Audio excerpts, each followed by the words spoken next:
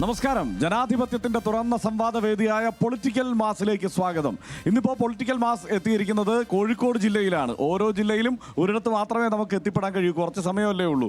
ഇന്നിപ്പോൾ എത്തിയിരിക്കുന്നത് ബേപ്പൂർ മണ്ഡലത്തിലാണ്. പൊടിപാറുന്ന പോരാട്ടമാണ് ബേപ്പൂർ മണ്ഡലത്തിൽ നടക്കുന്നത്, കോഴിക്കോട് വിവിധ മണ്ഡലങ്ങളിൽ നടക്കുന്നത്. എന്താണ് പൊതുസ്ഥിതി എന്നത് നമുക്ക് പരിശോധിക്കാം. മറ്റ് വിശദാംശങ്ങളും സംസ്ഥാനത്തെ പൊതുസ്ഥിതിയും എങ്ങനെയാണ് കോഴിക്കോട് ജില്ല ചർച്ച ചെയ്യുന്നത്, ബേപ്പൂർ മണ്ഡലം ചർച്ച ചെയ്യുന്നത് എന്നും പരിശോധിക്കാം. ഇന്നിപ്പോൾ നമ്മോടൊപ്പം ചർച്ചയിൽ പങ്കെടുക്കുന്നത് UDF-നെ പ്രതിനിധീകരിച്ചുകൊണ്ട് ആദം മുൽസിയാണ്, LDF-നെ പ്രതിനിധീകരിച്ചുകൊണ്ട് ബാദുഷ കടലുണ്ടിയാണ്, BJP-യെ പ്രതിനിധീകരിച്ചുകൊണ്ട് M സുരേഷുമാണ് ഈ ചർച്ചകളിൽ പങ്കെടുക്കുന്നത്. ശ്രീ ബാദുഷ കടലുണ്ടി, ഇതിപ്പോൾ ഞാൻ താങ്കളിൽ നിന്ന് തുടങ്ങുന്നതിന് കാരണം അറിയാമല്ലോ, LDF-ന്റെ സിറ്റിംഗ് മണ്ഡലത്തിൽ നിന്നുകൊണ്ട് നമ്മൾ തുടങ്ങുന്നത് കൊണ്ട് കഴിഞ്ഞ തെരഞ്ഞെടുപ്പിൽ ഈ കോഴിക്കോട് ജില്ലയിൽ LDF-ന് തരക്കേടില്ലാത്ത പ്രകടനം, അങ്ങനെയല്ല വളരെ മെച്ചപ്പെട്ട പ്രകടനം കാഴ്ചവെക്കാൻ കഴിഞ്ഞതുമൊക്കെ കൊണ്ടാണ്. പക്ഷേ ഇത്തവണ സ്ഥിതി അങ്ങനെയല്ല, വ്യത്യസ്തമാണ്. 7 മണ്ഡലങ്ങൾ ഞങ്ങൾ പിടിക്കുമെന്നാണ് ഇവർ പറയുന്നത്, ചിലപ്പോൾ അതിൽ കൂടുതലും പിടിച്ചേക്കാം എന്ന് പറയുന്നു. എന്താണ് സ്ഥിതി, കോഴിക്കോട്ടെ പൊതുസ്ഥിതി ഒരു 3 മിനിറ്റിൽ? കോഴിക്കോട് ഒരു പ്രയാസം ഇടതുപക്ഷ മുന്നണിയെ സംബന്ധിച്ചിടത്തോളം ഇല്ല. ഞങ്ങൾ നേരത്തെ കിട്ടിയ സീറ്റിനേക്കാൾ കൂടുതൽ സീറ്റ് പിടിച്ചുകൊണ്ട് കോഴിക്കോട് ജില്ലയിൽ ഇടതുപക്ഷ മുന്നണി അജയ്യമാണ് എന്ന് പ്രഖ്യാപിക്കുന്ന ദിവസമായിരിക്കും മെയ് മാസം 4-ാം തീയതി. ഇവർ കൃത്രിമമായിക്കൊണ്ടാണ് UDF എന്തൊക്കെയോ കൃത്രിമമായിട്ട് സൃഷ്ടിക്കുന്ന ഈ പ്രചാരണ കോലാഹലമല്ലാതെ അടിത്തട്ടിലേക്ക് പോയി നോക്കിയാൽ ഈ നാട് കഴിഞ്ഞ 10 വർഷക്കാലം ഈ നാട്ടിലെ ഓരോ മനുഷ്യനെയും ചേർത്ത് പിടിച്ചുകൊണ്ട് മുന്നോട്ട് പോയിട്ടുള്ള ഇടതുപക്ഷ ജനാധിപത്യ മുന്നണിയുടെ ഭരണത്തിൻ്റെ ഏറ്റവും വലിയ നേട്ടങ്ങൾ കൈപ്പറ്റിയിട്ടുള്ള അല്ലെങ്കിൽ നേട്ടങ്ങൾക്ക് അർഹരായിട്ടുള്ള ഈ നാട്ടിലെ ജനത കൂടുതൽ ഭൂരിപക്ഷത്തോട് കൂടിയിട്ട് ഇടതുപക്ഷത്തെ അധികാരത്തിൽ ഏൽപ്പിക്കും. അതിലേറ്റവും വലിയ പങ്കായ കോഴിക്കോട് ജില്ല വഹിക്കുകയും ചെയ്യും. മറ്റ് പ്രചാരവേലകളൊക്കെ വെറുതെ ഉണ്ടാക്കിയെടുക്കുന്ന പ്രചാരവേല, അങ്ങനെ ഒരു ആശങ്ക ഈ ജില്ലക്കകത്ത് ഇടതുപക്ഷ ജനാധിപത്യ മുന്നണിയെ സംബന്ധിച്ചിടത്തോളം ഇല്ല എന്ന് തീർത്ത് പറയാൻ നമുക്ക് കഴിയും. പക്ഷേ ഈ വിവിധ മണ്ഡലങ്ങൾ, ഇപ്പോൾ വടകര പാർലമെൻറ്റ് മണ്ഡലത്തിൻ്റെ ഭാഗമായി നിൽക്കുന്ന മണ്ഡലങ്ങളിലൊക്കെ കനത്ത പോരാട്ടം നടക്കുന്നു എന്നാണ് ഞങ്ങളിവിടെ കൊച്ചിയിലും തിരുവനന്തപുരത്തും ഒക്കെ ഇരുന്ന് അറിയുന്നത്. പോരാട്ടം കാശ് കുറേ കാര്യങ്ങളൊക്കെ ഇറക്കി കാട്ടിക്കൂട്ടുന്നതെന്നല്ലാതെ ആ രീതിയിലേക്കൊന്നുള്ള ഒരു പോരാട്ടവും എവിടെയും ഇല്ല. ഇടതുപക്ഷത്തിനുള്ള ഇപ്പോൾ ഇന്നലെയൊക്കെ പുറമേരിയിലൊക്കെ കണ്ടില്ലേ നിങ്ങൾ, കേരളത്തിൻ്റെ മുഖ്യമന്ത്രി വരുന്ന ഓരോ സ്ഥലം, ഇന്നലെ ബേപ്പൂരിൽ വന്ന് പുറമേരി വന്ന് ഓരോ പ്രദേശത്ത് നിങ്ങൾ വരുമ്പോൾ കാണുന്ന ജനക്കൂട്ടം നോക്കിയട്ടെ. ഇതെല്ലാം ആ പ്രദേശത്ത് നിന്ന് ഒഴുകി ഓരോ വീടും അടച്ചിട്ട് കൊണ്ട് ഒഴുകി ജനങ്ങൾ വരിക. ഇടതുപക്ഷത്തിന് ഇത് നിലനിർത്തണമെന്ന് ആഗ്രഹിച്ചുകൊണ്ട് ഈ ഭരണം തുടരണമെന്നുള്ള ആഗ്രഹത്തോട് കൂടിയിട്ട് നമ്മളെന്ന് ഇടതുപക്ഷക്കാരല്ലാത്ത ജനവിഭാഗങ്ങൾ പോലും ഇടതുപക്ഷത്തിന് വേണ്ടിയിട്ട് പ്രവർത്തന രംഗത്തേക്ക് ഇറങ്ങുന്ന ആവേശകരമായ കാഴ്ചയാണ് കാണുന്നത്. ഇതെല്ലാ മണ്ഡലങ്ങളിലും പ്രകടമാണ്. അപ്പോൾ ഒരു നിലക്കുള്ള ആശങ്കയും ഇടതുപക്ഷത്തെ സംബന്ധിച്ചിടത്തോളം ജില്ലക്കകത്തില്ല. ആദം മുൽസി, ഇവിടെ വികസന വിഷയങ്ങൾ മുന്നോട്ട് വെച്ചുകൊണ്ടാണ് തെരഞ്ഞെടുപ്പിനെ നേരിടുന്നത്, അതുകൊണ്ട് ഞങ്ങൾക്ക് ആശങ്കയേ ഇല്ല എന്നാണ് അദ്ദേഹം പറയുന്നത്, LDF-ഉം പറയുന്നത്. പ്രത്യേകിച്ച് കോഴിക്കോട് ജില്ലയുടെ വിവിധ പ്രദേശങ്ങളിൽ അവർക്ക് ചൂണ്ടിക്കാണിക്കാൻ, ഇപ്പോൾ മലയോര ഹൈവേ ആയാലും ഹൈവേ വികസനമായാലും ഇങ്ങനെ പല വിഷയങ്ങളുണ്ട്, അതുകൊണ്ട് ഞങ്ങൾക്ക് ആശങ്കയേ ഇല്ല എന്ന് പറയുന്നത്. അപ്പോൾ എങ്ങനെ ഈ തെരഞ്ഞെടുപ്പിനെ നിങ്ങൾ നേരിടും? ഇടതുപക്ഷ ജനാധിപത്യ മുന്നണിയുടെ കണക്കുകൂട്ടൽ തെറ്റിക്കുന്ന ജില്ലയായി ഇത്തവണ കോഴിക്കോട് ജില്ല മാറും. കഴിഞ്ഞ തദ്ദേശ തെരഞ്ഞെടുപ്പിൽ മികവാർന്ന വിജയമാണ് UDF കോഴിക്കോട് ജില്ലയിൽ നേടിയിട്ടുള്ളത്. 44-ലധികം പഞ്ചായത്തുകൾ ഇന്നിപ്പോൾ ഞങ്ങളാണ് ഭരിക്കുന്നത്. കോഴിക്കോട് ജില്ലാ പഞ്ചായത്ത് ഞങ്ങളെ കയ്യിലാണ്. ആ തെരഞ്ഞെടുപ്പിൻ്റെ സമയത്ത് ഇവരിതൊക്കെ പറഞ്ഞതാണ്. അപ്പോൾ അതുകൊണ്ട് ഒരു സംശയവും വേണ്ട, ഇത്തവണ 13-ൽ 13 ഐക്യ ജനാധിപത്യ മുന്നണി വിജയിക്കുന്ന ഒരു കാലാവസ്ഥ ഇവിടെ ഒരുങ്ങിയിരിക്കുക. താങ്കൾ നേരത്തെ സൂചിപ്പിച്ചതുപോലെ വടകര പാർലമെൻറ്റ് മണ്ഡലത്തിന് കീഴിലുള്ള അസംബ്ലി മണ്ഡലങ്ങളിലും കോഴിക്കോടുമൊക്കെ ഒരു മണ്ഡലം പോലും വിട്ടുകൊടുക്കില്ല എന്നുള്ള രീതിയിലുള്ള പ്രവർത്തനമാണ് ഐക്യജനാധിപത്യ മുന്നണിയുടെ പ്രവർത്തകന്മാർ നടത്തുന്നത്. മാത്രവുമല്ല, ഇടതുപക്ഷ ജനാധിപത്യ മുന്നണിയുടെ ഇടത് സ്വഭാവമൊക്കെ മാറിയിരിക്കുക. കേരളത്തിൽ ശ്രീ V കുഞ്ഞികൃഷ്ണൻ തുടങ്ങി ഏറ്റവും അപ്പുറത്ത് G സുധാകരൻ വരെയുള്ള വളരെ പരിചയസമ്പന്നരായിട്ടുള്ള അനുഭവ സമ്പത്തുള്ള മാർക്സിസ്റ്റ് പാർട്ടിയുടെ നേതാക്കന്മാർ പറയുന്നത് ഇതൊരു കുടുംബാധിപത്യമായി മാറിയിരിക്കുന്നു. മാർക്സിസ്റ്റ് മൂല്യങ്ങൾ ഇവരിൽ നിന്ന് ചോർന്നു പോയിരിക്കുന്നു. ഇടതെന്ന് പറയുന്ന സോഷ്യലിസ്റ്റ് സമീപനങ്ങൾ ഇവരിൽ ഇല്ലാതായിരിക്കുന്നു. തൊഴിലാളികൾക്ക് വേണ്ടി പ്രവർത്തിക്കാൻ ഇവർക്ക് സാധിക്കും. ഇതൊരു മാഫിയ സർക്കാരായി മാറിയിരിക്കുകയാണ്. കേരളം ഇന്ന് വരെ കണ്ടിട്ടുള്ളതിൽ വെച്ച് ഏറ്റവും വലിയ മാഫിയ സർക്കാരായി സർക്കാർ മാറിയിരിക്കുകയാണ്. ടെൻഡറുകൾ പോലുമില്ലാതെ കോടിക്കണക്കിന് രൂപയുടെ നിർമ്മാണ പ്രവർത്തനങ്ങളൊക്കെ ഒരു വശത്ത് നടക്കുമ്പോൾ ഇതിനൊക്കെ വേണ്ടി സാധാരണക്കാരൻ്റെ മേൽ അമിതഭാരം അടിച്ചേൽപ്പിക്കുന്ന രീതിയിലുള്ള വലിയ സാമ്പത്തിക ബാധ്യതയിലാണ് നമ്മുടെ സംസ്ഥാനം. നിങ്ങൾക്ക് എല്ലാവർക്കും അറിയുന്നതാണ്, 5 ലക്ഷത്തിലധികം കോടി രൂപയുടെ അധിക കടബാധ്യതയിലൂടെയാണ് നമ്മുടെ സംസ്ഥാനം മുന്നോട്ട് പോയിക്കൊണ്ടിരിക്കുക. അപ്പോൾ എല്ലായിടത്തും പരാജയം മാത്രമാണ് ഈ സർക്കാർ ജനങ്ങൾക്ക് സമ്മാനിച്ചത്. അപ്പോൾ ഈ സർക്കാരിനെതിരായി അതിശക്തമായ ജനവികാരം നിലകൊള്ളുകയാണ്. കോഴിക്കോട് ജില്ലയും അതിനനുസരിച്ച് ഒരു മാറ്റം കോഴിക്കോട് ജില്ലയിലുണ്ടാവും, കോഴിക്കോട് കോർപ്പറേഷനിലും അതുപോലെ തന്നെ മുനിസിപ്പാലിറ്റിയിലും. ഇപ്പം ബേപ്പൂരിലേക്ക് കടന്നു വന്നാൽ ബേപ്പൂരിലെ 2 മുനിസിപ്പാലിറ്റികൾ UDF ആണ് ഭരിക്കുന്നത്. ഞങ്ങൾക്ക് കഴിഞ്ഞ നാളുകളിലൊന്നും കടന്നു കയറാൻ സാധിക്കാത്ത ചെറുവണ്ണൂരിൻ്റെ പല മേഖലകളിലും ഇപ്പോൾ UDFൻ്റെ കൗൺസിലർമാരാണുള്ളത്. അപ്പോൾ സ്വാഭാവികമായും 2 മാസം കഴിഞ്ഞ് നടക്കുന്ന തെരഞ്ഞെടുപ്പാണ്. കഴിഞ്ഞ അസംബ്ലി ഈ തദ്ദേശ തെരഞ്ഞെടുപ്പിൽ ഈ അസംബ്ലിക്കകത്ത് 1300 വോട്ടുകളുടെ ഭൂരിപക്ഷം മാത്രമാണ് ഇടതുപക്ഷ ജനാധിപത്യ മുന്നേറ്റം. അതുകൊണ്ട് ഇത്തവണ ഒരു അട്ടിമറി വിജയം ബേപ്പൂരിൽ ഉണ്ടാകും. അതോടൊപ്പം മുഴുവൻ മണ്ഡലങ്ങളിലും അതിശക്തമായ മുന്നേറ്റം UDF. സുരേഷ്, ഇപ്പോൾ NDAക്ക് BJPക്ക് പ്രത്യേകിച്ച് ശക്തമായ സാന്നിധ്യം അറിയിക്കാൻ കഴിഞ്ഞ കോർപ്പറേഷനാണ് കോഴിക്കോട് കോർപ്പറേഷൻ. കുറഞ്ഞതൊരു 3 മണ്ഡലങ്ങളിലെങ്കിലും ഒരു ശക്തമായ മത്സരം നടക്കുന്നുണ്ട് എന്ന് അറിയിക്കാൻ നിങ്ങൾക്ക് കഴിയുന്ന സാഹചര്യവുമുണ്ട്. അപ്പോൾ വിജയപ്രതീക്ഷ വെച്ച് പുലർത്തുന്നത് എവിടെയൊക്കെയാണ്? എന്തുകൊണ്ട് NDA കോഴിക്കോട് ജില്ലയിൽ വിജയിക്കണം? 3 മിനിറ്റിൽ. ഒരു കാര്യം വളരെ വ്യക്തമാണ്. കേരളത്തിലെ ജനങ്ങൾക്കിടയിൽ വലിയൊരു മാറ്റം ഫീൽ ചെയ്യുന്നുണ്ട്. കഴിഞ്ഞ 10 വർഷം ഇടതുപക്ഷ ജനാധിപത്യ മുന്നണി ഗവൺമെൻറ് ഈ കേരളത്തിൽ എന്ത് വികസനം ഉണ്ടാക്കി എന്ന് ചിന്തിക്കുമ്പോൾ ഒരു വികസനവുമില്ല എന്നുള്ളത് കൃത്യമായിട്ട് ജനങ്ങൾക്ക് ബോധ്യമായി. കേന്ദ്ര ഗവൺമെൻറ് 11 വർഷമായിട്ട് നടപ്പിലാക്കുന്ന വികസനങ്ങൾ അതെല്ലാ സംസ്ഥാനത്തിലും നടക്കുന്നത് പോലെ ഒരു ഭാഗം കേരളത്തിൽ വരുന്നു എന്നുള്ളതല്ലാതെ കേരള സർക്കാരിൻ്റെ നേതൃത്വത്തിൽ നടത്തിയ ഏതെങ്കിലും ഒരു വികസന പ്രവർത്തനം ചൂണ്ടിക്കാണിക്കാൻ ഞങ്ങൾ ഈ ഇടതുപക്ഷത്തിൻ്റെ ആളെയും കഴിഞ്ഞ 10 കൊല്ലങ്ങൾക്ക് മുൻപ് ഇവിടെ ഭരിച്ചിട്ടുള്ള UDFനെയും വെല്ലുവിളിക്കുക. കഴിഞ്ഞ 10 വർഷത്തെ കാര്യം മാത്രം നമ്മൾ എടുക്കുമ്പോൾ കേരളത്തിലേക്ക് കേന്ദ്ര ഗവൺമെൻറ് അനുവദിച്ച വികസന പദ്ധതി ഇപ്പോൾ 660 കിലോമീറ്റർ നീളമുള്ള ദേശീയ പാത, അത് ഏറ്റവും വലിയ വികസനമാണ്. അത് കേരളത്തിലെ പിണറായി ഗവൺമെൻറ്റിൻ്റെ വികസനമല്ല, കേന്ദ്ര ഗവൺമെൻറ് ഈ രാജ്യത്തെ മുഴുവൻ സംസ്ഥാനങ്ങളിൽ നടപ്പിലാക്കിയിട്ടുള്ള വികസനത്തിൻ്റെ ഭാഗമാണ്. അതേപോലെ തന്നെ കുടിവെള്ളം ജൽ ജീവൻ മിഷൻ്റെ ഭാഗമായിട്ട് കേന്ദ്ര ഗവൺമെൻറ് കൊടുക്കുന്നു. പാർപ്പിടം PMAY പദ്ധതിയിൽ കേന്ദ്ര ഗവൺമെൻറ് കൊടുക്കുന്നു. അതേപോലെ തന്നെ വൈദ്യുതി പ്രധാനമന്ത്രി ദീനദയാൽ ഉപാധ്യായ പദ്ധതി പ്രകാരം കൊടുക്കുന്നു. റേഷൻ കാർഡുകൾ ഉടമകൾക്ക് ഇപ്പം നേരത്തെ അതിദാരിദ്ര്യമുക്ത സംസ്ഥാനം എന്ന് പറയുന്നു. ഇവിടെ ഒരു റേഷൻ കാർഡ് ഉടമയ്ക്ക് 5 കിലോ ഭക്ഷ്യധാന്യം സൗജന്യമായിട്ട് കൊടുക്കുന്ന പദ്ധതി കേന്ദ്ര ഗവൺമെൻറ് നടപ്പിലാക്കിയത് കൊണ്ടാണ് കേരളത്തിലെ പാവപ്പെട്ട ആളുകൾ ജീവിച്ചു പോകുന്നത്. ഒരു കാർഡ് ഉടമയ്ക്ക് 5 കിലോ, അങ്ങനെ 5 അംഗങ്ങൾ ഒരു കാർഡിലുണ്ടെങ്കിൽ 25 കിലോ ഭക്ഷ്യധാന്യം സൗജന്യം കൊടുക്കുന്നു പ്രധാനമന്ത്രി ഗരീബ് കല്യാൺ അന്ന യോജന. ഞാൻ പറഞ്ഞത് കേരളത്തിലെ സർക്കാർ, കേരള ഗവൺമെൻറ് സ്വന്തമായി നടപ്പിലാക്കിയ എന്ത് പദ്ധതിയാണ് ഈ കേരളത്തിലുള്ളത്? നമ്മുടെ ഈ മണ്ഡലം എടുക്കാം, ഈ ബേപ്പൂർ നിയോജക മണ്ഡലം. ഏതെങ്കിലും ഒരു വ്യവസായ സ്ഥാപനം തുറന്നതായിട്ട് ഇവിടുത്തെ ഇടതുപക്ഷത്തിൻ്റെ പ്രതിനിധിക്ക് പറയാൻ കഴിയുമോ? 2016 കുഞ്ഞാലിക്കുട്ടി, ബഹുമാനപ്പെട്ട കുഞ്ഞാലിക്കുട്ടി വ്യവസായ മന്ത്രിയായിരുന്ന സമയത്ത് പൂട്ടിപ്പോയ ഏതെങ്കിലും ഒരു വ്യവസായ സ്ഥാപനം 2016 ജയിച്ച എളമരം കരീം എന്ന് പറയുന്ന ഈ ബേപ്പൂർ മണ്ഡലത്തിൻ്റെ MLA മന്ത്രിയായപ്പോൾ, അതും വ്യവസായ മന്ത്രിയായപ്പോൾ ഏതെങ്കിലും ഒരു വ്യവസായ സ്ഥാപനം തുറന്നോ? ഒന്ന് തുറന്നെന്ന് മാത്രമല്ല, ഏതെങ്കിലും ഒരു പുതിയ വ്യവസായ സ്ഥാപനം ഒരു 10 പേർക്ക് തൊഴിൽ കൊടുക്കുന്ന, നമ്മുടെ രാജ്യത്തെ ജനങ്ങൾ ജീവിക്കുന്നത് തൊഴിലെടുത്തിട്ടാണ്, അവരുടെ നിത്യ വരുമാനത്തിന് ആവശ്യമായ ഒരു 10 പേർക്ക് തൊഴിൽ കൊടുക്കുന്ന ഏതെങ്കിലും ഒരു വ്യവസായം ഈ ബേപ്പൂർ നിയോജക മണ്ഡലത്തിൽ പോലും തുറന്നു എന്ന് പറയാൻ ഞങ്ങൾ വെല്ലുവിളിക്കുക.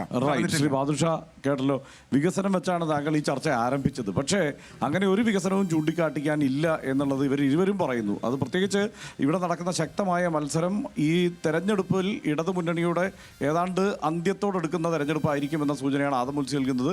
അദ്ദേഹം പറയുന്നത് എന്താണ്? ഇവിടെ വികസനത്തിൽ ഈ ബേപ്പൂർ മണ്ഡലം അടക്കം എടുത്ത് പരിശോധിച്ചാൽ വികസനത്തിൻ്റെ ഒരു ലാഞ്ചന പോലും ഇല്ല എന്ന് എങ്ങനെ പ്രതിരോധിക്കും? അത് ഈ നാട്ടിലാരെങ്കിലും വിശ്വസിക്കുമോ? BJP പറയുന്നത് ഞാൻ മറുപടി പറഞ്ഞു. കാരണം ഈ തെരഞ്ഞെടുപ്പിൽ ഇവിടെ ഒന്നും BJP അത്ര പ്രസക്തമല്ല. ഇവിടെ പഞ്ചായത്ത് ഇലക്ഷൻ്റെ കാര്യങ്ങളും പറഞ്ഞു. പഞ്ചായത്ത് ഇലക്ഷനിൽ മുന്നേറ്റം ഉണ്ടായി എന്നാണല്ലോ പറയുന്നത്. ഇവിടുന്ന് തൊട്ടങ്ങോട്ട് പോയ കടലുണ്ടി ഗ്രാമപഞ്ചായത്താണ്. അവിടെ ഒരു വാർഡിനകത്ത് BJP ജയിച്ചിട്ടുണ്ട്. കോലീബി സഖ്യമായിരുന്നു തെരഞ്ഞെടുപ്പിൽ, ഈ തദ്ദേശ സ്വയംഭരണ തെരഞ്ഞെടുപ്പിൽ ഇവിടെ മുഴുവൻ 200 ചില്ലാൻ വോട്ടുള്ള BJP എങ്ങനെയാണ് അവിടെ സീറ്റ് കിട്ടിയത്? അത് ഇതിൽ മുഴുവനും BJP-യുമായിട്ട് അവിഹിതമായി സഖ്യമുണ്ടാക്കിയിട്ടുള്ള ചില വിജയങ്ങളെ ചൂണ്ടിക്കാണിച്ചുകൊണ്ട് കേരളത്തിലാകെ ഈ തെരഞ്ഞെടുപ്പിൽ UDF അധികാരത്തിൽ വരുന്നു അല്ലെങ്കിൽ കുറേ സീറ്റ് പിടിക്കുമെന്ന് പറഞ്ഞാൽ അത് നാട് വിശ്വസിക്കുന്നതല്ല. അത് വിശ്വസിക്കാനായിട്ട് കഴിയില്ലല്ലോ. പിന്നെ വികസനത്തിൻ്റെ കാര്യം അദ്ദേഹം ഇവിടെ പറഞ്ഞു, കേന്ദ്ര ഗവൺമെൻറ്റിൻ്റെ ഭാഗം. ഞാൻ ചോദിക്കുന്നു, കേരളത്തിൽ ഇന്ന് നടപ്പിലാക്കുന്ന നിരവധി പദ്ധതികളുണ്ട്. എന്താ BJP ഭരിക്കുന്ന സംസ്ഥാനത്ത് ഇതൊന്നുമില്ലാത്തത്? 5.5 ലക്ഷം ആളുകൾക്ക് വീട് കൊടുത്തിട്ടുണ്ടല്ലോ. ആ വീട് കൊടുത്തത് പറയട്ടെ, BJP ഭരിക്കുന്ന ഏതെങ്കിലും സംസ്ഥാനത്തുണ്ടോ? ഇവിടെ 64 ലക്ഷം മനുഷ്യർക്ക് ക്ഷേമ പെൻഷൻ കൊടുക്കുന്ന ഒരു സംസ്ഥാനം BJP ഭരിക്കുന്നിടത്തുണ്ടോ? അങ്ങനെ ഓരോന്നെടുത്ത് പറ. ഞാൻ അതിലേക്ക് വിശദാംശങ്ങളിലേക്ക് പോകുന്നില്ല. വികസനം ഈ മണ്ഡലത്തിലെടുത്ത് നോക്കൂ നിങ്ങൾ. നമ്മൾ ഇവിടെ നിന്നാണ് നിൽക്കുന്നത്. ഇവിടെ നിൽക്കും പോവുക, ഈ പാലം ഒന്ന് കണ്ടു നോക്ക്. ആ പാലം കഴിഞ്ഞ ഒരു റെസ്റ്റ് ഹൗസ് കണ്ടു നോക്ക്. ആ റെസ്റ്റ് ഹൗസ് കഴിഞ്ഞാൽ നിങ്ങളൊന്ന് നോക്ക്, അവിടുന്ന് ചെറുവണ്ണൂരിൻ്റെ മേൽപ്പാലം വരുന്നത്. ആ മേൽപ്പാലം കഴിഞ്ഞ് കുറച്ചും കൂടി അങ്ങ് മുന്നോട്ട് പോയി നോക്ക്. വി പാർക്കുകൾ, എന്തെല്ലാം സംവിധാനങ്ങൾ. ഈ നാട് ഒരു 10 വർഷം മുമ്പ് ഈ നാട്ടിൽ നിന്ന് പോയ ഒരാൾ ഇന്ന് എത്തിയാൽ ഇത് ബേപ്പൂർ മണ്ഡലമാണോ എന്ന് അത്ഭുതപ്പെടും. ആ രീതിയിലേക്കുള്ള വികസന പ്രവർത്തനങ്ങളാണ് ഈ നാട്ടിലാകെ. അങ്ങ് ബേപ്പൂരിലേക്ക് പോയി, അങ്ങ് ഓഷ്യാനസ് ചാലിയം, ഇങ്ങ് കമ്മ്യൂണിറ്റി റിസർവുകൾ, നമ്മുടെ റോഡ്, ഇതെല്ലാം വികസനത്തിൻ്റെ സമാനതകളില്ലാത്ത വികസന പ്രവർത്തനങ്ങൾക്ക് ഏതാണ്ട് 1500 കോടി രൂപയുടെ വികസന പ്രവർത്തനമാണ് ഈ മണ്ഡലത്തിൽ നടത്തിയിട്ടുള്ളത്. ഇത് അനുഭവിക്കാത്ത ഏത് മനുഷ്യരാണ് ഈ ബേപ്പൂർ മണ്ഡലത്തിലുള്ളത്? ഈ മണ്ഡലത്തിൽ ആർക്കെങ്കിലും പറയാൻ പറ്റുമോ വികസന പ്രവർത്തനങ്ങൾ നടന്നിട്ടില്ല എന്നുള്ളത്? കോടിക്കണക്കിന് രൂപയുടെ വികസന പ്രവർത്തനങ്ങളാ. അതിനെ കണ്ടില്ലെന്ന് നടിച്ചുകൊണ്ട് അതിനെ വേറെ രീതിയിൽ വ്യാഖ്യാനിക്കുക. അഴിമതി, എന്തഴിമതി? നിയമസഭക്കകത്ത് പറഞ്ഞോ? ഏതെങ്കിലും നിലയിൽ ആ രീതിയിലേക്ക് ഉയർത്തിക്കൊണ്ടുവരാൻ കഴിഞ്ഞിട്ടുണ്ടോ? ഒരു കണിക പോലും പറയാൻ വേണ്ടി കഴിയില്ല. കേരളത്തിലെ ജനതക്കറിയാം ഇടതുപക്ഷമാരാണ് എന്നുള്ളത്. ഇപ്പൊ കേൾക്കുന്നുണ്ടല്ലോ. എന്താ, വയനാട്ടിലെ ദുരന്തത്തിൽ നിന്ന് പണം പിരിച്ചിട്ട് കനകേലുവിന്റെ ബുദ്ധിയും പ്രയോഗിച്ച് ആ പണം മുഴുവനും തെരഞ്ഞെടുപ്പിന് ഉപയോഗിക്കുക. നാട്ടിലെ ജനങ്ങളെടുത്ത് നിന്ന് പിരിച്ചെടുത്ത പണം ഒരു സെക്കൻഡ് കൊണ്ട് CPM-നോട് ചോദിച്ചില്ലേ? നിങ്ങളെ പണത്തിന്റെ കണക്ക് പറയുന്നത് 1 മിനിറ്റ് പോലും ഞങ്ങൾക്ക് വേണ്ടി വന്നില്ല. കണക്ക് ഇടതുപക്ഷം പ്രഖ്യാപിച്ചു. MA ബേബി കണക്ക് പോസ്റ്റ് ചെയ്ത് പറയട്ടെ, ഇവർ പറയട്ടെ. അതാണ്, അതായത് ഈ വികസനം ചോദിച്ചാൽ ഇവരിങ്ങനെ നീണ്ട പട്ടിക പറയും.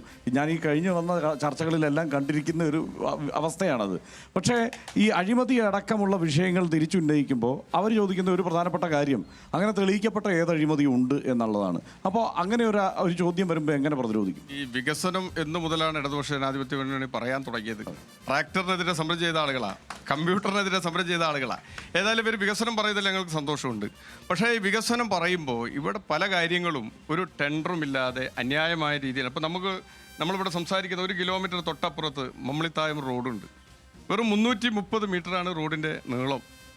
1 കോടി രൂപയാണ് ചെലവഴിച്ചിരിക്കുന്നത്. അങ്ങനെ ബേപ്പൂർ നിയോജക മണ്ഡലത്തിൽ തന്നെ ഒരുപാട് വികസന പ്രവർത്തനങ്ങൾ ഒരു ടെൻഡറുമില്ലാതെ പലർക്കും അങ്ങ് പതിച്ചു നൽകുകയാണ്. അപ്പോൾ അതിനകത്ത് നിന്ന ഒരു വലിയ കമ്മീഷനാണോ ഈ കാണുന്ന വലിയ വലിയ ഹോർഡിങ്ങുകൾ എന്ന് പോലും ജനം സംശയിച്ചു പോവുകയാണ്. അപ്പോൾ അതേ രീതിയിൽ കേരളത്തിൽ ഇപ്പോൾ നമുക്കറിയാം, ഇവിടെ പൊതുമേഖലാ സ്ഥാപനങ്ങൾ വിറ്റഴിക്കുന്നു, എല്ലാവരും ചർച്ചയിൽപ്പെടുന്ന. പക്ഷേ ഈ നിയോജക മണ്ഡലത്തിൽ തൊട്ടടുത്ത് കിടക്കുന്ന സ്റ്റീൽ കോംപ്ലക്സ് ഇന്നിപ്പോൾ അതൊരു ഛത്തീസ്ഗഡിലെ ഇൻഫ്രാസ്ട്രക്ചർ റിയൽ എസ്റ്റേറ്റ് കമ്പനിയുടെ കയ്യിലാണ്, അവരുടെ കയ്യിലാണ് കിടക്കുന്നത്. ഏകദേശം 500 കോടി മാർക്കറ്റ് വാല്യൂ ഉള്ള ഒരു ഭൂമിയാണ്. നമുക്ക് നേരെ പോയി നോക്കിയാൽ കാണാം. ഏകദേശം 10-33 ഏക്കറുള്ള ഒരു ഭൂമിയാണ്. ആ ഭൂമിക്ക് കാനറ ബാങ്കിൽ ഉണ്ടായിരുന്ന ബാധ്യത എന്ന് പറയുന്നത് 45 കോടിയാണ്.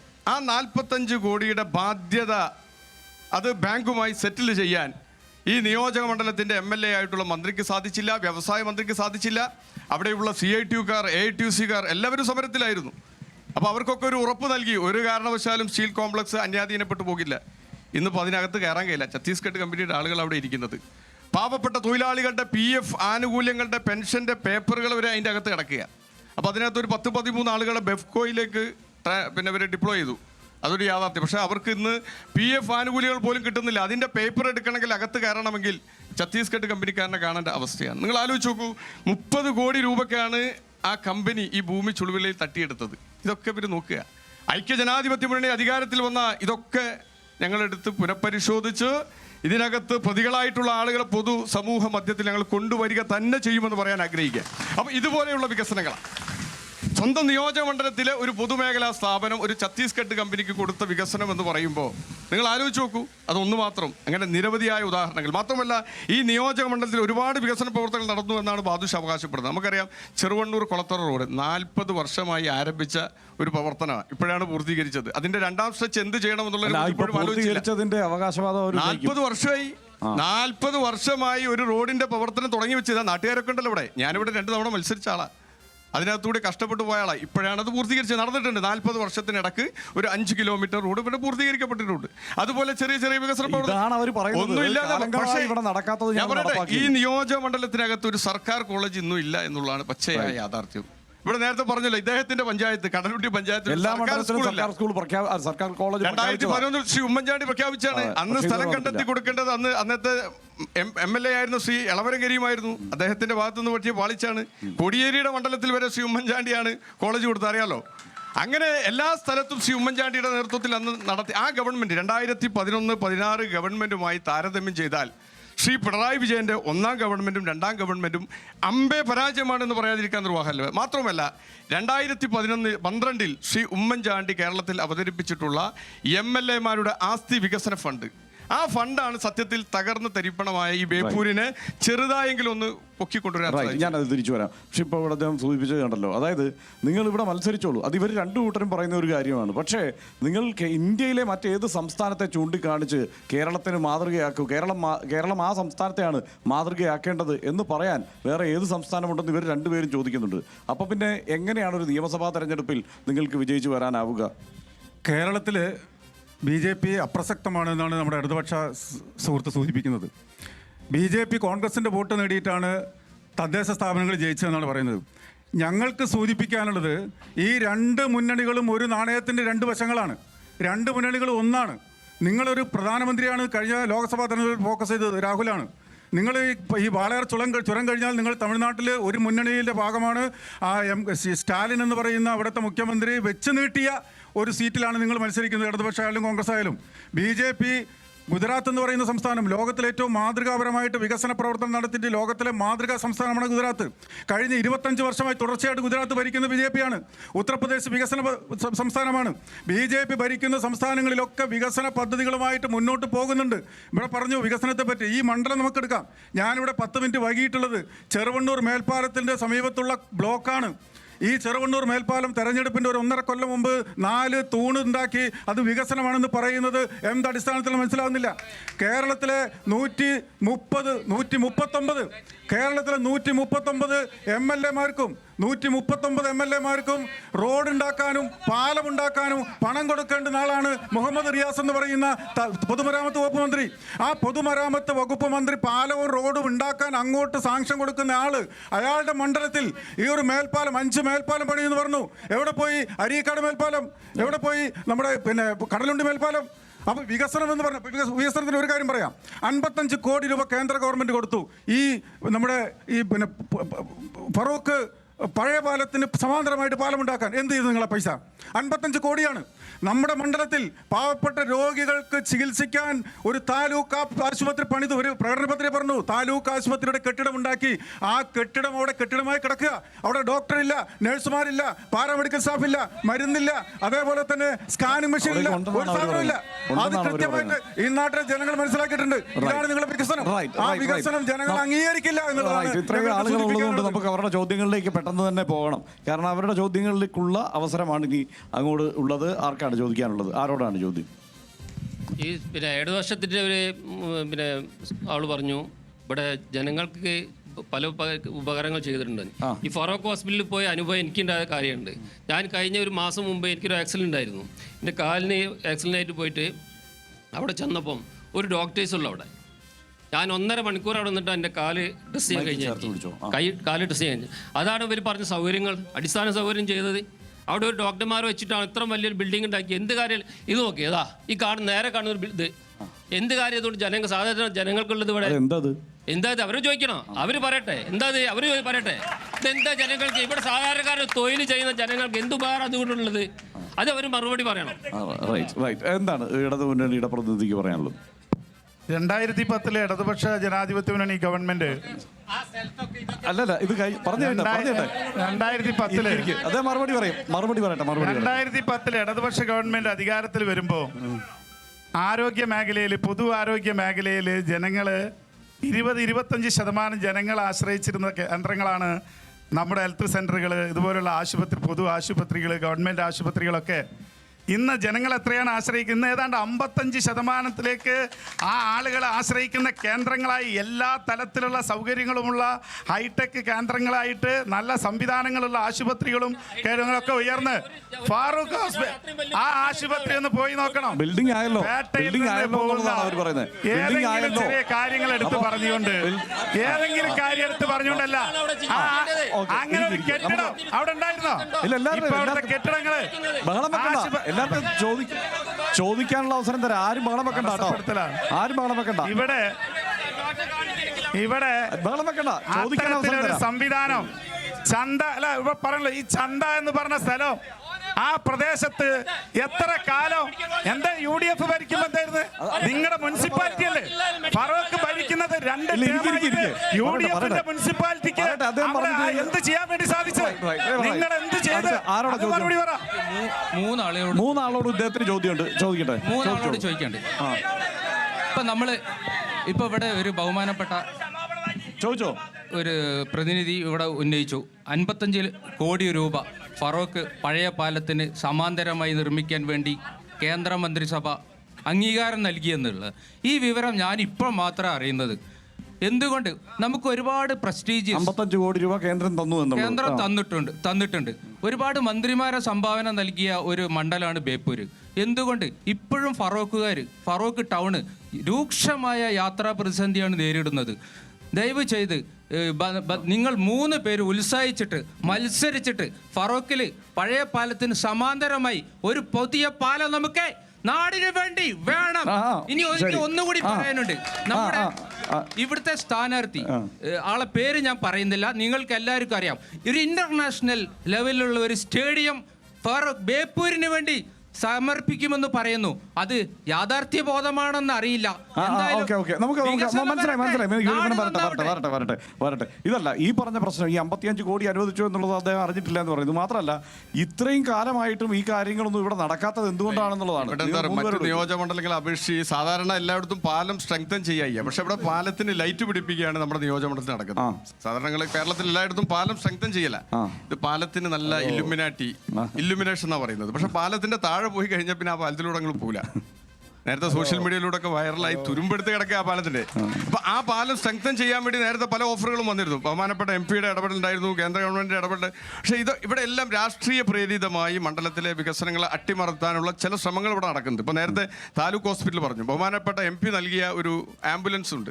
പാവപ്പെട്ട രോഗികൾക്ക് ആ ആംബുലൻസ് ഒന്നും ഉപയോഗിക്കാൻ പറ്റാത്ത അവസ്ഥ, കട്ടപ്പുറത്താക്കി വെച്ചിരിക്കുക. കാരണം ആ വണ്ടി ഇതിൽ ഓടിക്കഴിഞ്ഞാൽ അത് ഇടതുപക്ഷത്തിന് ക്ഷീണമാണ് എന്ന് മനസ്സിലായിക്കൊണ്ട് അതുപോലും കൃത്യമായിട്ട് ഉപയോഗിക്കാൻ സാധിക്കുന്നില്ല.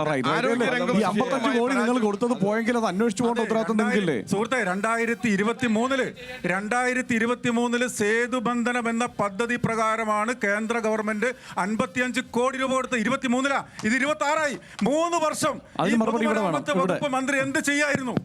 പറയാൻ ബാധ്യതയുണ്ട്. BJP-യുടെ ഗവൺമെന്റ് കേരളത്തിന് അർഹമായിട്ട് തരേണ്ട വിഹിതം പിടിച്ചു വെച്ചത് എത്രയാണെന്ന് അറിയാം. 1,07,000 കോടി രൂപ ഇപ്പോഴും തരാതെ കേരളം ഒന്നിച്ച് കേരളത്തിന്റെ പ്രിയപ്പെട്ട മുഖ്യമന്ത്രി പോലും ഡൽഹിയിൽ പോയി സമരം നടത്തിയിട്ട് പോലും തിരിഞ്ഞു നോക്കാത്ത കോൺഗ്രസിന്റെ MP-മാരും BJP-യുടെ നേതാക്കളുള്ള നാടാ കേരളം. അതിനെ അതിജീവിച്ചുകൊണ്ട് കേരളം ഒറ്റയ്ക്ക് നിൽക്കാനുള്ള നാടായി മാറുമെന്ന് പ്രഖ്യാപിച്ച് മുന്നോട്ട് പോകുന്ന സംസ്ഥാനമാണ് കേരളം. അതാ പിണറായിയുടെ കേരളം. കേരളത്തെ നോക്കിയിട്ടാ പല്ലിച്ച് കാട്ടുന്നത്. വിശ്വസിക്കാനാണ് ഈ മണ്ഡലത്തിലുള്ള വികസന പ്രവർത്തനങ്ങള് ഇല്ല. അല്ല, അതാണ് പറയുന്നില്ലെങ്കിൽ കാര്യം നമ്മൾ മനസ്സിലാക്കിക്കോണം. അധികാരത്തിൽ വന്നാൽ ഫറൂഖ് പഴയ പാലം പുനരുദ്ധരിച്ചുകൊണ്ട് അവിടെ ഒരു പുതിയ പാലം കൊണ്ടുവരാൻ പോലുള്ള മനുഷ്യർ ആഗ്രഹിക്കുന്ന വിധത്തിലേക്ക് ഈ നാടിനെ മാറ്റുമെന്നുള്ള ഉറപ്പ് മുഹമ്മദ് റിയാസ് ആവർത്തിച്ച് പ്രഖ്യാപിക്കുന്നു, ഇടതുപക്ഷം പ്രഖ്യാപിക്കുന്നു. അങ്ങനെ പറയാൻ ആർജവമുള്ള ഒരു സ്ഥാനാർത്ഥി UDF അവസാനിപ്പിച്ചോ? അങ്ങനെ ഒരു സ്ഥാനാർത്ഥി UDF ഉണ്ടോ? നിങ്ങൾ ഇടയ്ക്കിടയ്ക്ക് ഉറപ്പ് കൊടുത്തിട്ട് കാര്യമില്ല. 10 വർഷം 2 മന്ത്രിമാരാണ് ഈ നിയോജക മണ്ഡലത്തെ പ്രതിനിധീകരിച്ചത്. അതിന്റെ വികസനത്തിന്റെ സംസാരിക്കുന്നത്. ഹലോ, എനിക്ക് പറയാനുള്ളത് ചന്ത താലൂക്ക് ഹോസ്പിറ്റല് കുഞ്ഞാമുസായി മരണപ്പെട്ടു പോയി, കോരുജി മരണപ്പെട്ടു പോയി, പഞ്ചായത്ത് പ്രസിഡന്റ് അന്ന് പൗരമുന്നണി ഇവരുണ്ടാക്കിയ ഹോസ്പിറ്റലാണ്. അന്ന് അക്കാലത്ത് പിന്നെ സ്കൂൾ കേസ് കിട്ടാനില്ല. ആരാന്റെ സ്കൂൾ കേസ് വായ്പ വാങ്ങി പട്ടം താണുമ്പോൾ PK വാസുദേവൻ CH മുഹമ്മദ് നൂതനമായ സൗകര്യങ്ങൾ വേണം അല്ലേ? ചരിത്രം പറയണോ? അവിടെ ഒരു ഗൈനക്കോളജി ഡിപ്പാർട്ട്മെന്റ് ആരംഭിക്കണം. അത് ആവശ്യപ്പെടുന്നത് അവിടെ ഗൈനക്കോളജി ഉൾപ്പെടെയുള്ള സംവിധാനങ്ങൾ ഇപ്പൊ ഇല്ല. ഇവിടെ ഒരു പ്രസവം കോഴിക്കോട് മെഡിക്കൽ കോളേജ് പോകണം. ആവശ്യമായ സൗകര്യങ്ങൾ ജനാധിപത്യ മുന്നണി അവിടെ കൊണ്ടുവരും. നമ്മളെ ആദമുർജിയും നമ്മളെ മുഹമ്മദ് റിയാസും കൂടി എല്ലാരും ഒരുമിച്ചിരുന്ന് കാര്യത്തിൽ ഒരു തീരുമാനമാക്കി തരണം. അതാണ് പ്രശ്നം. ഇനി അതായത് അടുത്ത നമ്മുടെ ചോദ്യത്തിലേക്ക് വരാൻ വളരെ പെട്ടെന്ന് നമുക്ക് ചോദിക്കാനുള്ളത്, ഇപ്പൊ നേരത്തെ ആദമുൽസ് പറഞ്ഞതുപോലെ നമ്മുടെ കോഴിക്കോട് ജില്ലയിലെ പ്രധാനപ്പെട്ട ഒരു വ്യവസായശാലയായിരുന്നു സ്റ്റീൽ കോംപ്ലക്സ്. പ്രത്യക്ഷമായിട്ടും പരോക്ഷമായിട്ടും 1500-500 ആളുകൾക്ക് ജോലി കിട്ടേണ്ട ഒരു സ്ഥാപനമാണത്. ബാങ്കിൽ നിന്ന് ലോൺ എടുത്ത് 45 കോടി രൂപ ബാങ്കിൽ നിന്ന് ലോൺ എടുത്ത് കുടിശ്ശികയായി 150 കോടി രൂപയായി. അത് വിൽപ്പന നടത്തുന്നത് വെറും 30 കോടി രൂപയ്ക്ക്. ബാക്കി പണം 15 കോടി രൂപ ആരാണ് അടക്കിയ സഖാവേ? ഒന്നത്. രണ്ടാമത്തെ ഒരു ചോദ്യം, 25 കോടി അടച്ച് സെറ്റിൽ ചെയ്തു. രണ്ടാമത്തെ ഒരു ചോദ്യം കൂടെ, നമ്മുടെ ചാലിയത്ത്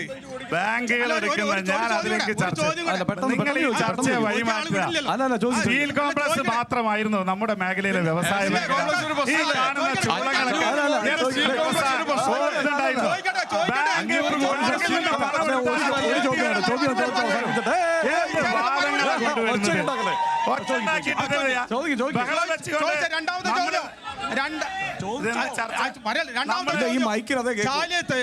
ചാലിയത്ത് ഒരു 4-5 മുളയും വെച്ച് കുറച്ച് ഷീറ്റും വെച്ചിട്ട് 16ഓളം ഷെഡ് അവിടെ ടൂറിസ്റ്റുകൾക്ക് ഉണ്ടാക്കിയ കടകളുണ്ട്.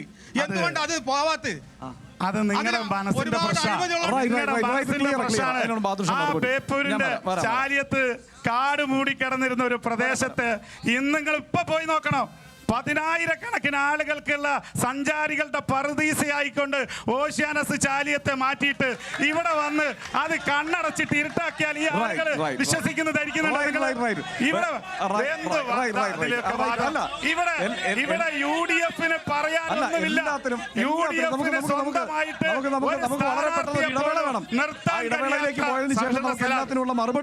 UDF-ന് ഒരു സ്ഥാനാർത്ഥി ഉണ്ട് ഇവിടെ. നിങ്ങൾ പറ, UDF-ന് ഇത്ര തന്റെ ഇടമുള്ള ഒരു UDF മുന്നണി ആയിരുന്നെങ്കിൽ ഒരു സ്ഥാനാർത്ഥിയെ നിങ്ങൾക്ക് UDF നിർത്താൻ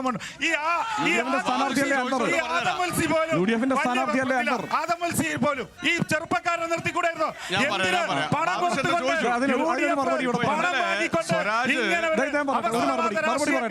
ഇവിടെ മത്സരിപ്പിച്ച് ഇന്നലെ സ്വരാജ് വന്നു പ്രചരണവുമായിട്ട് ബന്ധപ്പെട്ട് വന്നിട്ട് ബാദുഷയുടെ നേതാവ് സ്വരാജ് പറഞ്ഞത് വെച്ചാൽ UDF-ന് ഒരു അന്തസ്സുള്ള സ്ഥാനാർത്ഥി ഉണ്ടോന്നാ ചോദിച്ചത്. തികച്ചു അന്തസ്സുള്ള സ്ഥാനാർത്ഥിയാണ് അൻവർ. 8.5 വർഷക്കാലം ഇവരുടെ കൂടെ കിടന്നുറങ്ങി. 8.5 വർഷക്കാലം ഇവരുടെ കൂടെ കിടന്നുറങ്ങി ഇവർക്ക് വേണ്ടി എല്ലാ പോരാട്ടവും നടത്തിയ ഒരു മനുഷ്യരാ. ജനാധിപത്യ മുന്നണിക്കുണ്ടായിട്ടുള്ള വ്യതിചലനങ്ങളും ഇവരുടെ തെറ്റായ നയങ്ങളും ചൂണ്ടിക്കാണിച്ചതിന്റെ പേരിൽ ഉള്ള MLA സ്ഥാനം രാജിവെച്ചതാണ്. അതുകൊണ്ട് ഒരു കാര്യം ഞാൻ പറയാം,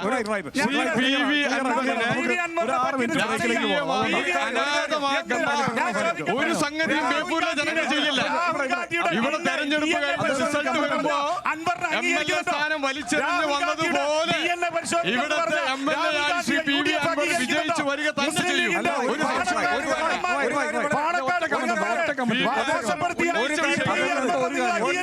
മറുപടി പറയാൻ നിങ്ങൾ തയ്യാറാകണം. പിണറായിക്കെതിരായി പറഞ്ഞ കാര്യങ്ങൾ 9 പാർട്ടിയിലെ തെറ്റായ പ്രവർത്തനങ്ങൾ 9 വർഷവും 3 മാസവും നിലമ്പൂരിലെ MLA ആയിരുന്ന PV അൻവർ അവിടെ ഒരു സർക്കാർ ഒരു സർക്കാർ കോളേജ് സ്വന്തമായിട്ട് ഒരു സ്ഥലം പോലും കണ്ടെത്താൻ പറ്റാത്ത ഒരാള് ഇവിടെ സർക്കാർ കോളേജ് കൊണ്ടുവരുന്ന പറയുന്നത്. 9 വർഷം 3 മാസത്തോടെ ആ ചോദ്യങ്ങളെല്ലാം അവശേഷിക്കുകയാണ്. നമുക്ക് വളരെ പെട്ടെന്ന് തിരിച്ചു വരാം പൊളിറ്റിക്കൽ മാസിലേക്ക് ഒരു ചെറിയ ഇടവേളയ്ക്ക് ശേഷം. തുറന്ന ജനാധിപത്യ സംവാദ വേദിയായ പൊളിറ്റിക്കൽ മാസിലേക്ക് വീണ്ടും സ്വാഗതം. നമ്മൾ പ്രേക്ഷകരുടെ ചോദ്യങ്ങളിലേക്ക് തന്നെയാണ് പോകുന്നത്. കൂടുതൽ പേരുണ്ട്, കൂടുതൽ ചോദ്യങ്ങളുണ്ട്, അതുകൊണ്ട് അധികം എൻ്റെ ചോദ്യങ്ങളില്ല. ചോദിച്ചു. ആരോടാ ചോദ്യം? നമ്മുടെ LDFിൻ്റെ പ്രതിനിധിയോടാണ്. ബേപ്പൂർ നിയോജകമണ്ഡലത്തിലെ എല്ലാ വ്യവസായ ശാലകളൊക്കെ അടഞ്ഞു കിടക്കുകയാണ്. ഓട് വ്യവസായം, അതുപോലെ സ്റ്റീൽ കോംപ്ലക്സ്, അങ്ങനെ തൊഴിലാളികളൊക്കെ വലിയ പ്രതിസന്ധിയിലാണ്. ഈ സമയത്ത് നമ്മുടെ നിയോജകമണ്ഡലത്തിൽ കൊള്ള മാത്രമാണ് നടക്കുന്നത്, അഴിമതിയും കൊള്ളയും മാത്രം. നമുക്കറിയാം ഫറൂഖ് പഴയ പാലം മാലപാലം വിടാൻ വേണ്ടി 1.5 കോടിയാണ് നിങ്ങൾ ചെലവാക്കിയത്. അതുപോലെ തന്നെ അതിൻ്റെ അടി പൊട്ടിത്തെളിയാണ്, ദ്രവിച്ച് കിടക്കുകയാണ്. അത് നന്നാക്കാൻ സമയമില്ല. മാലവളം വിട്ടിട്ടും അഴിമതി നടത്താനും കൊള്ള നടത്താനുമാണ് റിയാസിന്റെ ഇവിടെ നടക്കുന്നത് എന്ന് ഞാൻ ഇവിടെ അറിയിക്കും. എന്നാ നിങ്ങൾ പരാതി കൊടുക്കണ്ടേ? പരാതിയൊക്കെ കൊടുത്തിട്ടുണ്ട്, നിരവധി പരാതി എല്ലായിടത്തും കൊടുത്തിട്ടുണ്ട്, ഒരു പരിഹാരം ഉണ്ടായിട്ടില്ല. നിരന്തരം പരാതി കൊടുത്തിട്ടുണ്ട്. ഇതിന് മറുപടി ആയിരിക്കും. അടുത്ത ചോദ്യം അവിടെ ബാക്കിലാണ്. ഈ വാദങ്ങൾക്കൊന്നും മറുപടി പറയണോ? ഇതെല്ലാം രാഷ്ട്രീയ പ്രേരിതമായിട്ട് ഉന്നയിക്കുന്നതല്ലേ? നമുക്ക് അറിഞ്ഞൂടെ, പുതിയ തലമുറ, പുതിയ ജനറേഷൻ ഈ നാടിന് ഒരു ഡിസൈൻ പോളിസി, ലോകത്തിന് മാതൃകയായിക്കൊണ്ട് ഒരു ഡിസൈൻ പോളിസി വെച്ചുകൊണ്ട് നിർമ്മാണ പ്രവർത്തനങ്ങൾ ആസ്വദിക്കാനും അത് ജനങ്ങളെ ആകർഷിക്കാനും ഒക്കെയുള്ള രീതിയിലേക്ക് മാറ്റിയെടുക്കുക. ഫറോക്ക് പാലം നിങ്ങളിവിടെ ചോദിച്ചല്ലോ, ഫറോക്ക് പാലത്ത് ഇപ്പൊ പോയി നോക്കൂ നിങ്ങൾ, അവിടെ എത്ര പേര് ഇപ്പൊ വന്നു കിടന്നു. ഇതെല്ലാം നാടിൽ മാറുക. വ്യാവസായിക മേഖലയിലും മറ്റും മറുപടി ചോദിച്ചാൽ മറുപടി പറയണം. ലൈറ്റ് കാണാൻ വരുന്നതാണെന്നോ? ലൈറ്റ് കാണാൻ മാത്രമല്ല, എത്ര മനുഷ്യർക്ക് തൊഴില് നോക്കൂ നിങ്ങൾ. നമ്മുടെ തീരദേശ മേഖലയിൽ ടൂറിസം മേഖല എത്ര മനുഷ്യർക്ക് പരിവർത്തനം ഉണ്ടായി. എല്ലാവരും ഒരു കാലത്ത് കയറ് പിരിച്ച് ജീവിച്ചവരാ, ഒരു കാലത്ത് ഇത്തലെടുത്ത് ജീവിച്ചവരാ, മത്സ്യത്തൊഴിലാളികൾ. അവരെല്ലാ കാലത്തും അങ്ങനെ ജീവിക്കണം. പുതിയ ജീവിത സാഹചര്യങ്ങൾ ഒരുക്കി തരുന്നു. നോക്കൂ നിങ്ങൾ, പുതിയ ജീവിത സാഹചര്യങ്ങൾ. ഇവിടെ കൊല്ലത്തിൽ ഒരു ഫെസ്റ്റിവൽ നടക്കും. അതല്ല, അങ്ങനെയാണ് ഒരു ബേപ്പൂർ ഫെസ്റ്റ് എന്ന് പറഞ്ഞ് കുറെ നേരത്തെ ശ്രീ എളമരം കരീം അതിന്റെ വഴിക്ക് നടക്കട്ടെ. പക്ഷേ പാവപ്പെട്ട മത്സ്യത്തൊഴിലാളികൾക്ക് എന്ത് കൊടുത്തു?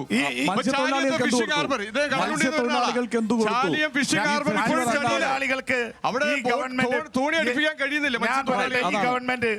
മത്സ്യത്തൊഴിലാളികൾക്ക് പറയട്ടെ, ഒന്നും ചെയ്തിട്ടില്ല. 2300 കോടി രൂപയുടെ പദ്ധതികൾ ഈ കേരളത്തിലെ നടപ്പിലാക്കിയപ്പോൾ നിങ്ങൾ പരാതി ഉന്നയിച്ചപ്പോൾ മത്സ്യത്തൊഴിലാളികൾക്ക് ഒന്നും ചെയ്തിട്ടില്ല. പുനഃഗ്രഹം പദ്ധതി നടപ്പിലാക്കിയതിന്റെ ഭാഗമായിട്ട് എത്ര തൊഴിലാളികൾക്ക് ട്രക്കുകൾ, അതുപോലെ തന്നെ അവരുടെ ഉപജീവന മാർഗം സ്കൂട്ടറുകൾ, അങ്ങനെ എന്തെല്ലാം പദ്ധതികൾ ആ മണ്ണിൽ നടപ്പിലാക്കി.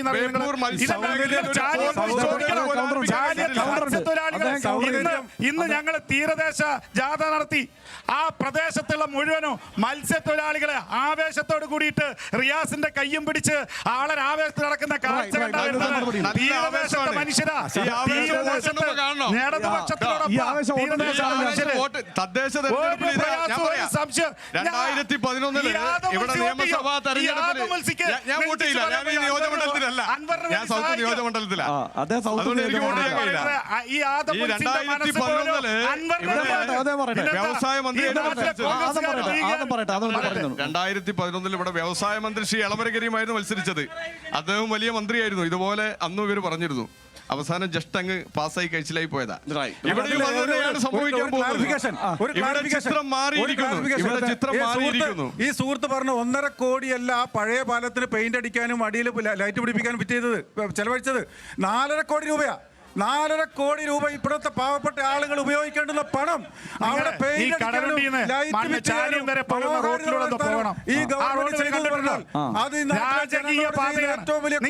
മണ്ഡലത്തിലൂടെ നിങ്ങളുടെ വാഹനങ്ങൾ പോകില്ല. നിങ്ങൾ മാധ്യമ പ്രവർത്തകരാണല്ലോ. ഈ മണ്ഡലം ഒന്ന് ചുറ്റി സഞ്ചരിക്കും. ഈ നിയോജക മണ്ഡലത്തിലുള്ള റോഡുകൾ പറ, ഈ മണ്ഡലത്തിലുള്ള കെട്ടിടങ്ങൾ പറ.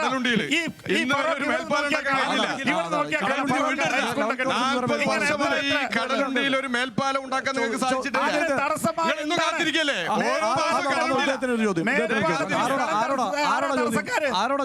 ബഹുമാനപ്പെട്ട ആദം മുൻസിലോടാണ് എൻ്റെ ചോദ്യം. ഈ നിലപാടില്ലാത്ത ഒരാളായിട്ടാണ് ഇപ്പം നിങ്ങൾ നടക്കുന്നത്. അദ്ദേഹം എന്തിന് LDF വിട്ട് എന്നുള്ളത് ഇന്ന് വരെ എവിടെയും പറഞ്ഞിട്ടില്ല. പറയട്ടെ. അദ്ദേഹം പറഞ്ഞത് ഒറ്റ കാരണമാണ്, എനിക്ക് സ്വർണം കടത്താൻ കഴിയുന്നില്ല, അതുകൊണ്ട് ഞാൻ LDF വിടുന്നു എന്ന് മാത്രം അദ്ദേഹം പറഞ്ഞത്. അതാണ്.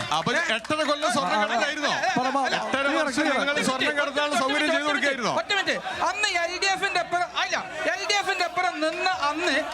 LDFന്റെ ഒപ്പം നിന്ന അന്ന് അദ്ദേഹം നിങ്ങൾക്ക് മറ്റേ കൊള്ളക്കാരനായിരുന്നു, സ്വർണ്ണക്കടത്തുകാരനായിരുന്നു, എല്ലാവരും. ഇന്നിപ്പം വന്നപ്പോഴേ UDFന്റെ ഒപ്പത്തില് അഹ്ലു ബൈത്തിന്റെ ആളായി അദ്ദേഹം മാറി. അമ്മാതിരി ഒരാളെ നിങ്ങൾക്ക് തലയിൽ വെച്ചുകൊണ്ട് അവസ്ഥ നിങ്ങൾക്ക് വന്നില്ലേ? എന്തിനാണ്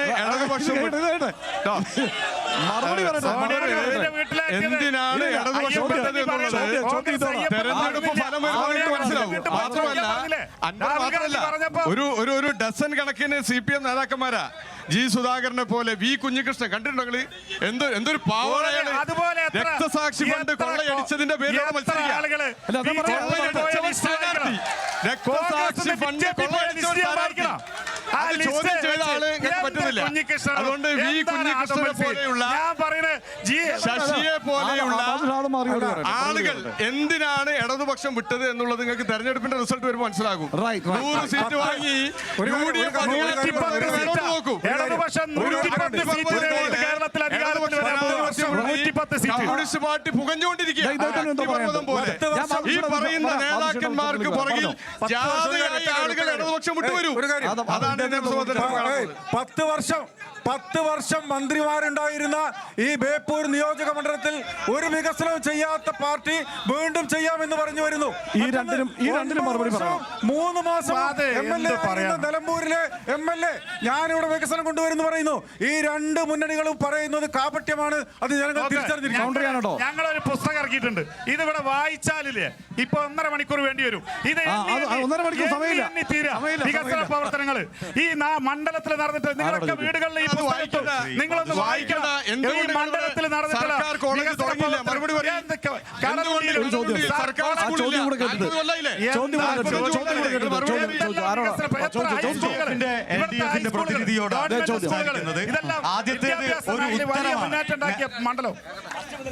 LDFന്റെ പ്രതിനിധിയോടാണ്. ആദ്യത്തേത് ഒരു ഉത്തരമാണ്. നേരത്തെ പറഞ്ഞു ശ്രീമാൻ PV അൻവറിന് ബേപ്പൂർ നിയോജക മണ്ഡലത്തിൽ മത്സരിക്കാൻ എന്ത് യോഗ്യതയാണെന്ന് LDFന്റെ പ്രതിനിധി ചോദിച്ചു. പിണറായി വിജയനെ 3 നേരം 4 വീതം അലക്കി ഉടുത്ത സരിനെ പാലക്കാട് മത്സരിപ്പിച്ച പാർട്ടി, അതുപോലെ തന്നെ ഈ നടക്കുന്ന നിയമസഭാ തിരഞ്ഞെടുപ്പിൽ മലപ്പുറത്തെ LDFന്റെ സീറ്റുകൾ ലീഗിലെയും കോൺഗ്രസിലെയും അസംതൃപ്തർക്ക് വേണ്ടിയിട്ട് തുറന്നു വെച്ച് ആരെങ്കിലും ഒന്ന് മത്സരിക്കൂ എന്ന് വിളിച്ചു പറഞ്ഞ LDFന്റെ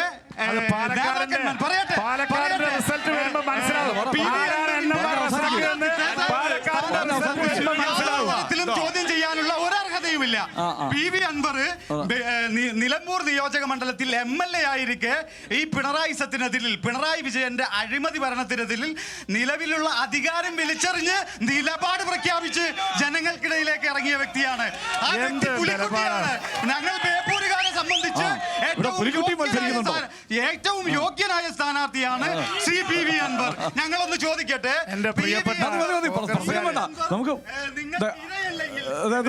കാര്യമുള്ളൂ. ഇവിടെ ഈ പാവപ്പെട്ട സാധാരണക്കാരായ കോൺഗ്രസ്സുകാർക്കും ലീഗുകാർക്കും മനസ്സിലാവാഞ്ഞിട്ടാ. PV അൻവർ എന്ന് പറഞ്ഞാൽ അഴിമതിക്ക് കോൺഗ്രസ് രൂപം കൊടുത്ത പുതിയ മുഖങ്ങളാണ്. കാശ് കൊടുത്ത് സീറ്റ് കൊടുത്തിട്ട് ആ സീറ്റ് വന്ന അൻവർ ഇവിടെ ചെയ്തുകൊണ്ടിരിക്കുന്ന പ്രവർത്തനങ്ങളുണ്ടെങ്കിൽ ആ അൻവറിന്റെ ചരിത്രം ഇപ്പൊ ഇവിടെ പറഞ്ഞല്ലോ. PV അൻവർ എന്ന് പറഞ്ഞ വ്യക്തിയുടെ രാഷ്ട്രീയ വിശ്വാസ്യത ഒന്ന് പറയട്ടെ. ഇദ്ദേഹം പറഞ്ഞ VD സതീഷ് 150 കോടി രൂപ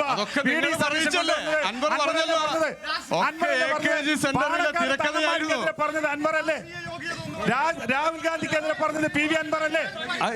പോകാത്ത ഏത് പാർട്ടിയാണ് പോകാത്ത ഏത് പാർട്ടിയാണത്?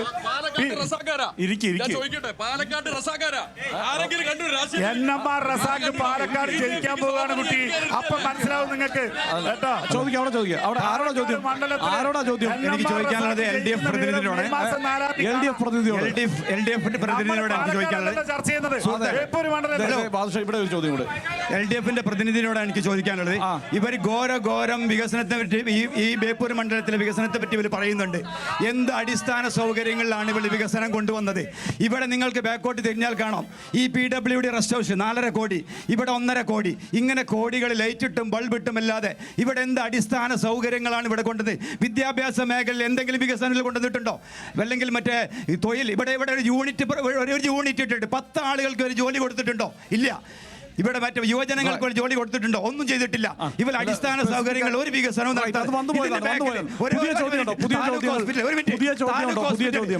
ഹോസ്പിറ്റൽ മുഖ്യമന്ത്രി ഉദ്ഘാടനം ചെയ്ത, വീണ ജോർജ് ഉദ്ഘാടനം ചെയ്ത് 8 മാസം മുന്നേ ഉദ്ഘാടനം ചെയ്തിട്ട് ഇന്ന് എന്ത് ഡിപ്പാർട്ട്മെന്റാണ് ഇവിടെ ഓപ്പൺ ചെയ്തിരിക്കുന്നത്? ഒരു OP അല്ലാതെ പിന്നെ റിപ്പീറ്റ് അടിച്ചു കഴിഞ്ഞാൽ ബോറടിക്കുകയല്ലേ ആൾക്കാർക്ക്? റിപ്പീറ്റ് അടിക്കരുത് ദയവേത്. ഈ ബേപ്പൂര് ഏറെ പ്രശസ്ത എന്താ തുറമുഖത്തിലെ?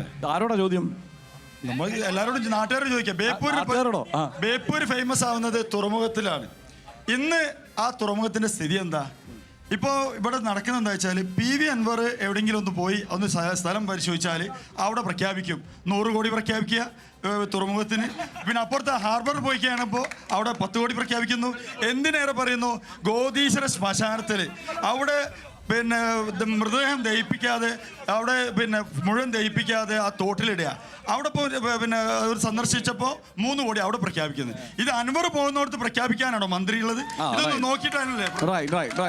ഇവിടെ അൻവർ ഒരു രാഷ്ട്രീയ എതിരാളിയാണോ? എന്ത് ഏതാ പറഞ്ഞത്? അൻവറിന് എന്ത് രാഷ്ട്രീയ മാന്യത ഉള്ളത്? എന്താ അൻവറിന്റെ കാര്യം? അൻവറിന് റിയാസ് എവിടെ കിടക്കുന്നത്? അൻവർ എവിടെ കിടക്കുന്നത്?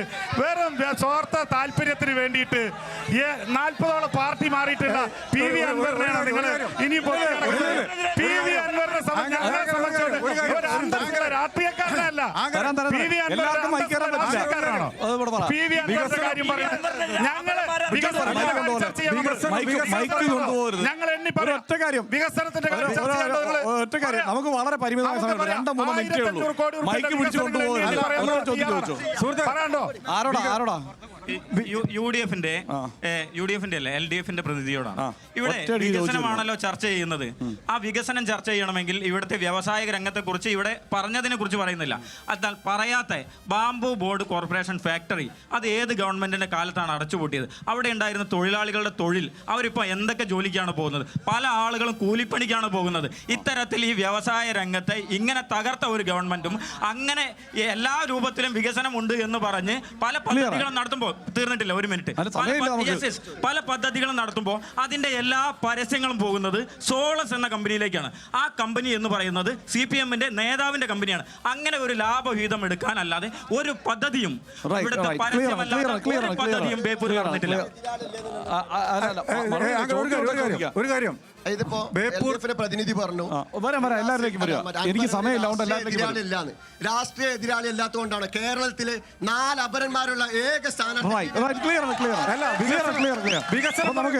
വികസനം പറയുമ്പോ വികസനത്തെ കുറിച്ച് ചർച്ച ചെയ്യണം. ചോദിച്ച ചോദ്യങ്ങൾക്ക് മറുപടി പറഞ്ഞു. ബേപ്പൂര് പോർട്ടിന് ഈ പിണറായി സർക്കാർ വന്ന സമയത്ത് അതിന് തൊട്ടടുത്തുള്ള ഏറ്റെടുത്തിട്ട് അവിടെ വലിയൊരു ഫണ്ട് വെച്ചാണ്. അത് PV അൻവർ പോയിട്ട് വെച്ചതല്ല, അതിന് മുമ്പ് തന്നെ അവിടെ ഫണ്ട് വെച്ചിട്ടുണ്ട്. ബേപ്പൂര് പോർട്ടില് എന്താ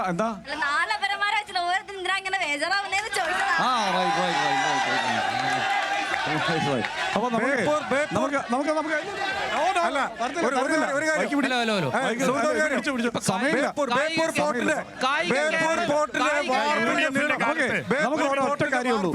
ഒറ്റ കാര്യം നമുക്ക് ചർച്ച അവസാനിപ്പിക്കണം. ആള് കൂടി ഇനി ഇവിടെ നിന്ന് കഴിഞ്ഞാൽ പ്രശ്നമാണ്. അതുകൊണ്ട് നമുക്ക് ഒരൊറ്റ കാര്യം ചോദിക്കാനുള്ളൂ. NDAക്ക് ഈ തെരഞ്ഞെടുപ്പിൽ കോഴിക്കോട് ജില്ലയിൽ എത്ര സീറ്റ് കിട്ടും? NDA മുന്നണിക്ക് കോഴിക്കോട് ജില്ലയിൽ നിരവധി MLA-മാരുണ്ടാകും, ഒരു സംശയമില്ല. അത് നിങ്ങൾക്ക് തെരഞ്ഞെടുപ്പിന്റെ വോട്ടെണ്ണൽ മെയ് മാസം 4-ാം തീയതി നിങ്ങൾക്ക് കാണാൻ കഴിയും. കാരണം ജനങ്ങൾ അസംതൃപ്തരാണ്. 10 വർഷത്തെ LDF ഗവൺമെന്റിന്റെ ഭരണം അഴിമതിയിൽ മുങ്ങിക്കുളിച്ച ഭരണമാണ്. ആകെ LDF ഗവൺമെന്റ് അധികാരമേൽക്കുമ്പോൾ 1.5 ലക്ഷം കോടിയായിരുന്നു പൊതുകടമെങ്കിൽ ഇന്ന് 4.5 ലക്ഷം കോടിയാണ് പൊതുകടം. വ്യാപകമായിട്ടുള്ള അഴിമതിയാണ്. 29 ബാറായിരുന്നു ഉണ്ടായിരുന്നെങ്കിൽ 850 ബാറുകളാണ് ഇന്ന് കേരളത്തിലുള്ളത്. കോടിക്കണക്കിന് രൂപയുടെ അഴിമതിയാണ്, പണം ദൂർത്തടിക്കുന്ന പക്ഷേ ആളുകൾ അതൊന്നും കുടിക്കുന്നില്ലെന്നാണ് പറയുന്നത്. കേന്ദ്ര ഗവൺമെന്റിന്റെ വികസനം മാത്രമേ ഇന്ന് കേരളത്തിലുള്ളൂ. എത്ര മണ്ഡലങ്ങളിൽ ജയിക്കും? ഞങ്ങൾ ഇത്തവണ 13 ഔട്ട് ഓഫ് 13 ശരിക്കുള്ള പറ. ഞങ്ങൾ പിടിക്കും. അത് ആഗ്രഹം. വെറുതെ പറയില്ല. കോഴിക്കോട് ജില്ലാ പഞ്ചായത്ത് കോഴിക്കോട് ജില്ലാ പഞ്ചായത്ത് ഞങ്ങളെ ഭരിക്കുന്നത് രൂപീകരിച്ച ശേഷം കിട്ടിയിട്ടില്ല. ഞങ്ങൾ ആദ്യമായി ജില്ലാ പഞ്ചായത്ത് പിടിച്ചു. കോർപ്പറേഷൻ ചെറിയ മിസ്സിംഗ് ആണ് ഞങ്ങൾക്ക് ഉണ്ടായിട്ടുള്ളത്. ഞാനൊരു കണക്ക് പറയട്ടെ, ഒരു 7 മണ്ഡലമാണ് നിങ്ങൾ ലക്ഷ്യമിടുന്നത്. 10-ലധികം 13 ഔട്ട് ഓഫ് 13 ഇത്തവണ ഞങ്ങൾ പിടിക്കും. അതിന് കാരണങ്ങളുണ്ട്.